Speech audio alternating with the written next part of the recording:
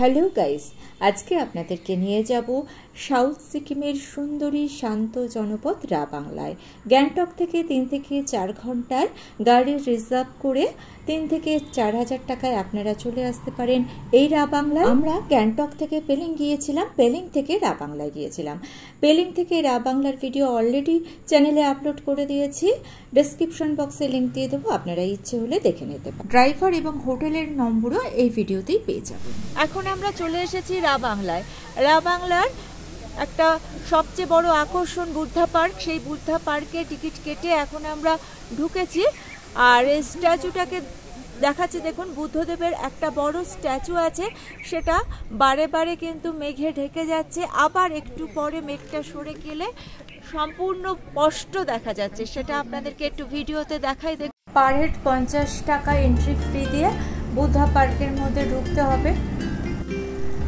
2-4 minute আগে আমি মূর্তিটাকে দেখালাম, দেখলেন যে পুরোটাই মেঘে ঢেকে গিয়েছে। এখন দেখুন, এখন কিন্তু আবার মেঘটা সরে গিয়েছে এবং বুদ্ধদেবের মূর্তিকে খুব সুন্দর দেখা যাচ্ছে।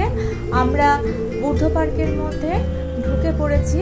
বিশাল এরিয়া। বুদ্ধদেবের আরেকটি সুন্দর মূর্তি এখানে রয়েছে, যেখানে বুদ্ধদেব শয়নে আছে। এখন আকাশ পরিষ্কার।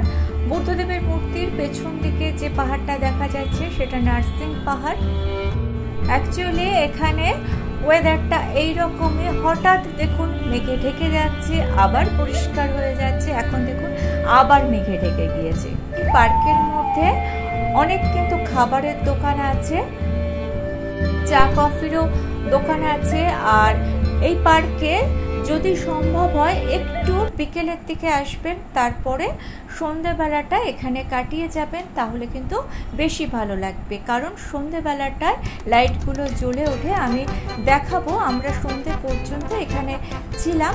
সন্ধেবেলার এই আকর্ষণটা কিন্তু দুর্দান্ত, তাই এটা মিস করবেন। সন্ধেবেলায় এই পার্কের রূপ কিন্তু সম্পূর্ণ চেঞ্জ হয়ে যায়, সেটা আমরা ভিডিওর শেষের দিকে দেখাচ্ছি, কারণ এখনও কিন্তু সন্ধে হয়নি।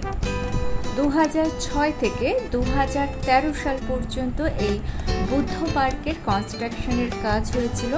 14তম দালাই লামা এই বুদ্ধ পার্কের উদ্বোধন করেছিলেন। বুদ্ধদেবের 2550 বছর জন্ম শতবার্ষিকী উপলক্ষে এই বুদ্ধ পার্ক নির্মিত হয়েছে। আর এই বুদ্ধ মূর্তির বিশেষত্ব হচ্ছে এটি 130 ফিট লম্বা এবং 60 টন কপার দিয়ে এই বুদ্ধ মূর্তি তৈরি হয়েছিল। দেখুন মনেস্ট্রিটা আমরা একটু ঘুরে দেখাচ্ছি। আমরা ঠিক বুদ্ধদেবের পায়ের নিচে দাঁড়িয়ে আছি আর মনেস্ট্রিটাকে একটু ঘুরে দেখাচ্ছি। এই কারুকার্য কিন্তু ভীষণ সুন্দর, খুব সূক্ষ্ম কারুকার্য। অ্যাকচুয়ালি এইসব জিনিসগুলো ক্যামেরাতে যত না ভালো ক্যাপচার করা যায়, তার থেকে কিন্তু সবচেয়ে ভালো হচ্ছে নিজের চোখে দেখা। নিজের চোখে দেখার থেকে বেশি ভালো আমার মনে হয় না কোনো ক্যামেরায় সেটা আসতে পারে। মনেস্ট্রির ভেতরে বুদ্ধদেবের পুরো জীবন কাহিনীর লেখা এবং আঁকা আছে। সেখানে ফটো তোলা অ্যালাউড নয়, আপনারা যদি যান তাহলে দেখতে পাবেন। দেখুন বন্ধুরা, সন্ধে হয়ে গিয়েছে, বুদ্ধ পার্কের লাইটগুলো সব জ্বালিয়ে দিয়েছে। লাইটগুলো জ্বালার পর আরও ভালো লাগছে, একটা অসাধারণ সৌন্দর্য এখানে সৃষ্টি হয়েছে। আর এটা ক্যামেরাতে কতটা ক্যাপচার করা যাচ্ছে আমি জানি না, খুব একটা ভালো ক্যাপচার হয়তো করা যাচ্ছে না বা যাবেও না, কারণ এখানে মেঘও আছে।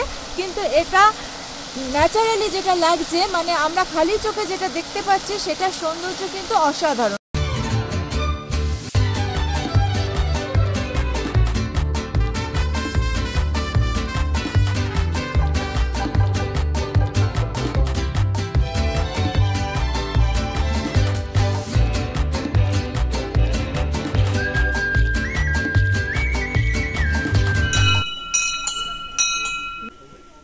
দেখুন এখানে একটা শিব ঠাকুরের মন্দিরও আছে, বেশ সুন্দর, চতুর্দিকে আলো জ্বলছে, সন্ধ্যাবেলাটা ভীষণ ভালো লাগছে। আর আমার এখানে বেশি ভালো লাগছে যে এই বৌদ্ধ ধর্ম আর হিন্দু ধর্মের এই মিলটা, এটা আমার কিন্তু ভীষণ ভালো লাগছে।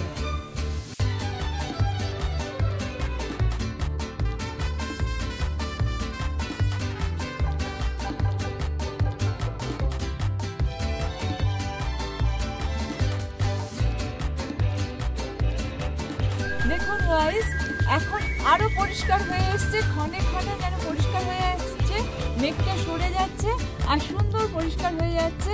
এটা আপনাদের সঙ্গে শেয়ার না করে পারলাম না। দেখুন কি সুন্দর লাগছে এবার ঘুটি দেখে।